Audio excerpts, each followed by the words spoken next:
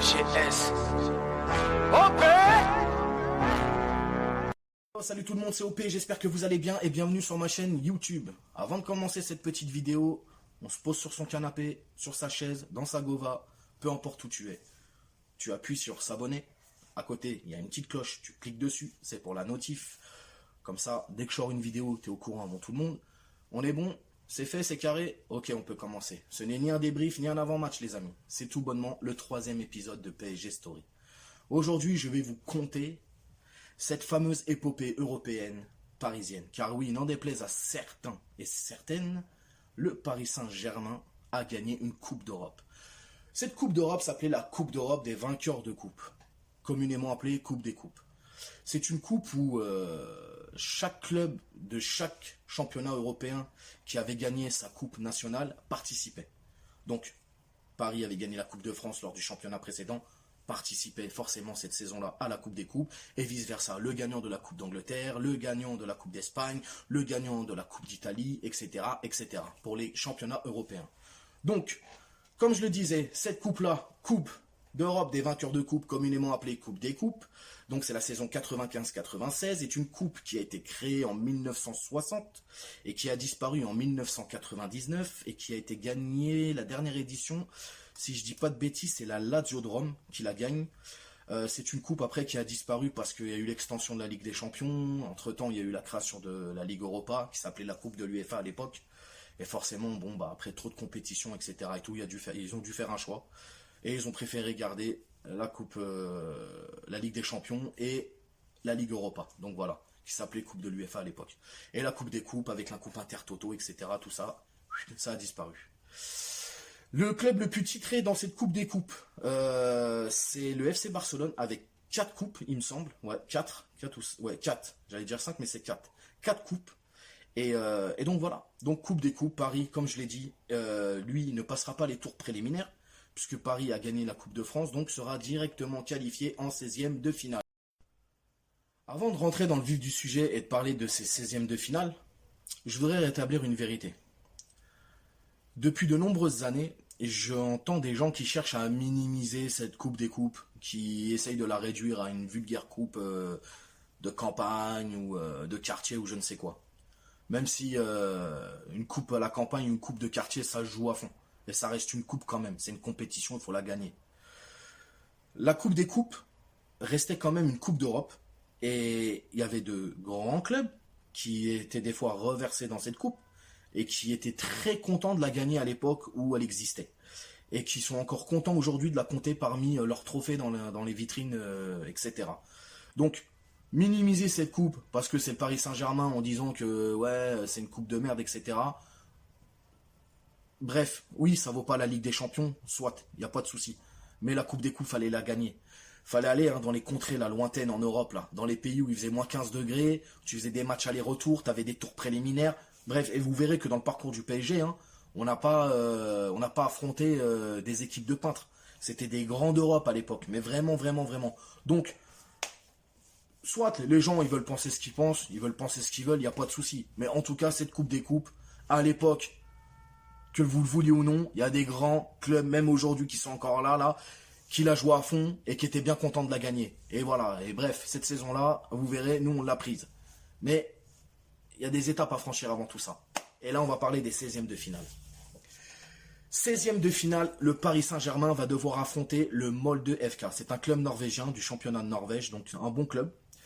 Et parmi ces jeunes joueurs, le Molde FK comptait parmi eux le jeune Solskjaer. Solskjaer aujourd'hui qui est connu mondialement, qui est tout bonnement déjà l'entraîneur de Manchester United et qui a été l'un de leurs joueurs pendant X années, leur joueur phare, Solskjaer, qui était appelé d'ailleurs le super sub, le Joker de luxe si tu préfères. Donc le mec qui rentrait, je me rappelle, et dans les minutes qui suivaient son entrée, il te mettait un but. Donc il était connu pour ça là-bas. Donc voilà, Solskjaer, qui était lui un jeune joueur à l'époque.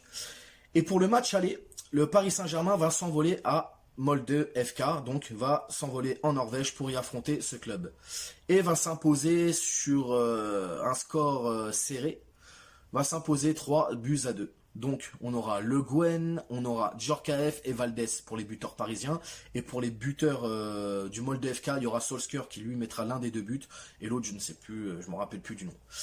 Pour le match retour, Paris Saint-Germain au Parc des Princes va recevoir le Molde FK et va leur infliger une correction sévère. 3-0, tarif maison.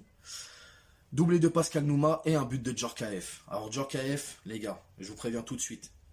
Lors de cette compétition-là, il a marché sur l'eau, le mec. Il était hors norme. Grande dédicace à toi, mon frère Oseis. Je sais que tu as une affection toute particulière pour Youri Djorkaeff. Donc voilà, en tout cas, Djorkaeff, dans cette compétition-là, il était tout bonnement énorme. C'est incroyable. Paris qui a fait le boulot en Norvège et à la maison. Et tout bonnement se qualifie pour les huitièmes de finale. Et là, on commence dans le dur. On rentre dans le dur. Là, ça va être costaud. On va affronter un grand d'Europe pour l'époque et un grand d'Écosse, le Celtic Glasgow, huitième de finale. Paris va recevoir pour le match aller le Celtic à la maison et va s'imposer sur un petit score, 1-0, but de Djorkaeff.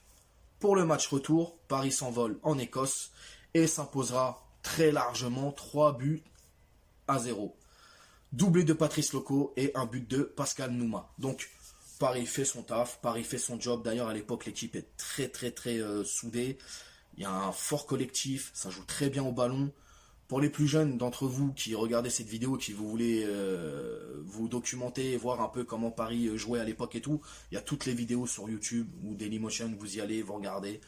Et vous allez kiffer tout simplement. Vous allez voir un peu, ça va vous faire découvrir autre chose que le football d'aujourd'hui. Le football d'époque, c'est pas le même football qu'aujourd'hui, on le sait. Mais c'était quand même beau à voir. On avait vraiment une sacrée équipe à l'époque. D'ailleurs, juste un petit regret, c'est que Ginola ne soit pas resté cette saison-là. Il est parti la saison d'avant. Il s'est envolé pour Newcastle, il me semble. Donc voilà. Petit regret. Je pense à mon frérot Fredo, qui lui aussi, je pense que ça a été un gros regret pour lui de ne pas avoir Ginola pour cette épopée européenne. Quoi qu'il en soit, huitième de finale contre les Écossais. Aller et retour, on s'impose et on se qualifie pour les quarts de finale. Et ces quarts de finale là, on franchit encore un autre palier et on se mange le FC Parme. Grande Europe à l'époque, Grande Italie, Fernando Couto, Buffon, Cannavaro, Gianfranco Zola, Di Baggio, Risto Stoichkov, bref, une armada d'enfoirux. C'était n'importe quoi. Quoi qu'il en soit, le match aller, on se déplace en Italie et on va perdre 1-0, but de Stoichkov. Quel joueur incroyable. Ceux qui l'ont vu jouer à l'époque, Risto Stoichkov, c'était tout bonnement un truc de fou. Paris revient à la maison sur une défaite 1-0, mais il croit fort. D'ailleurs, on y croit tellement fort que ça va passer. Parce que le match retour au Parc des Princes contre Parme, on va le faire et on va se qualifier pour ces putains de demi-finales. 3-1. Doublé de notre capitaine Rai et un but de Patrice Loco. Forcément, plus de buts, Paris se qualifie pour les demi-finales, mais on a eu du mal. C'était... Je vais pas dire du mal, mais je pense que mentalement, sur le match retour, on a su élever.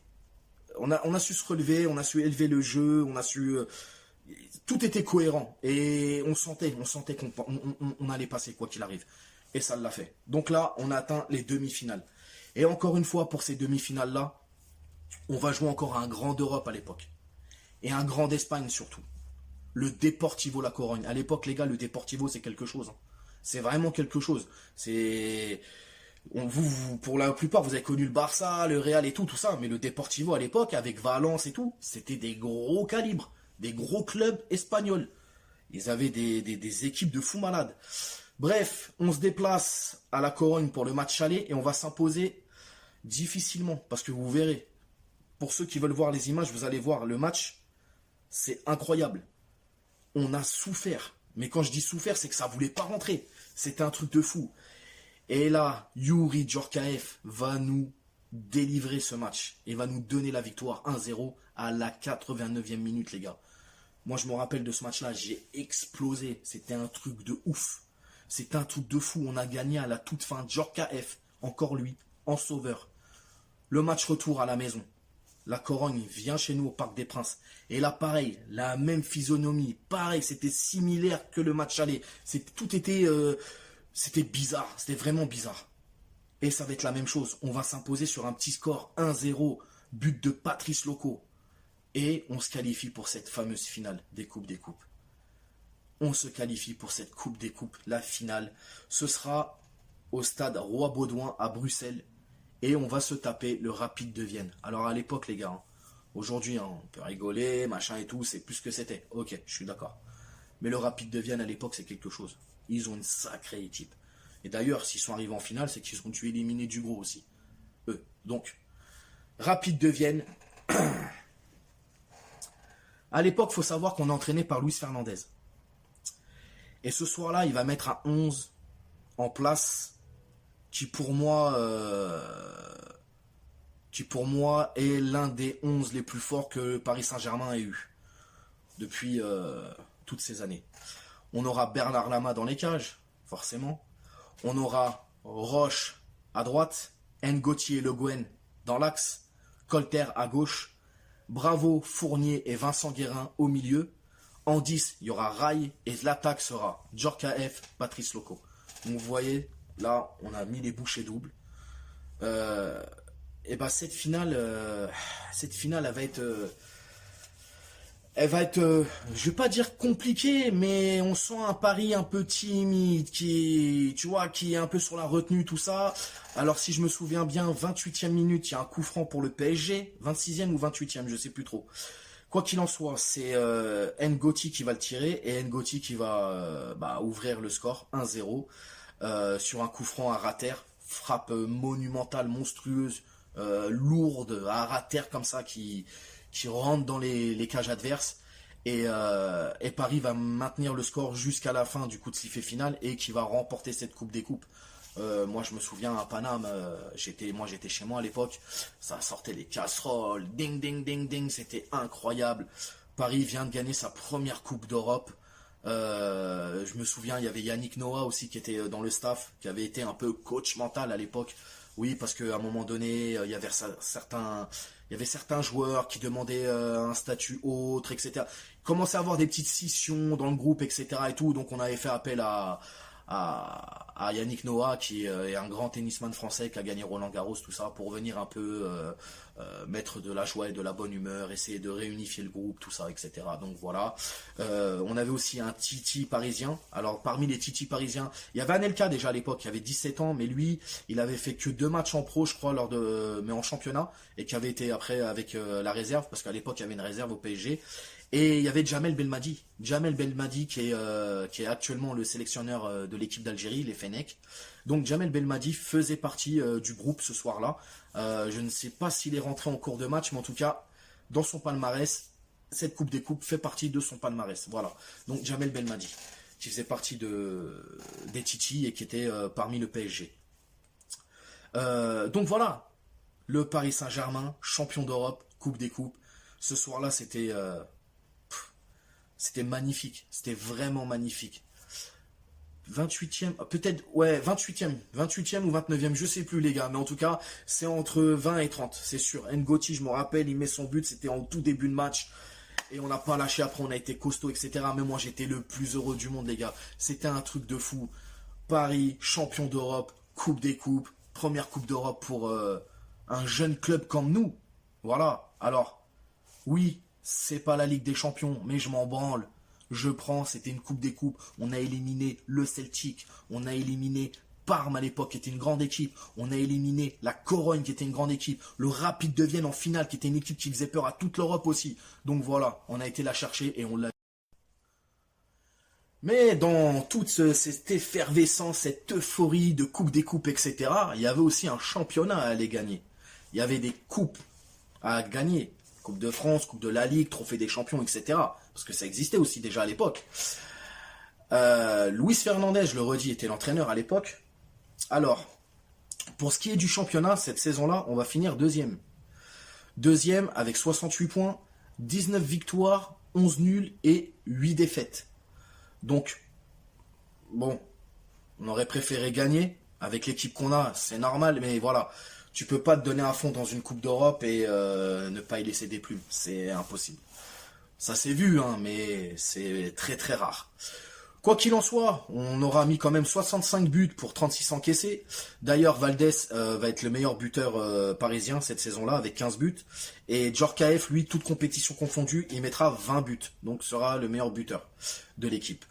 En Coupe de France, on sera éliminé en 8e de finale par Auxerre de buts à 1. En Coupe de la Ligue, on sera éliminé en 16e contre Guingamp de buts à 1 aussi. Par contre, le trophée des champions, on va le gagner face au FC Nantes.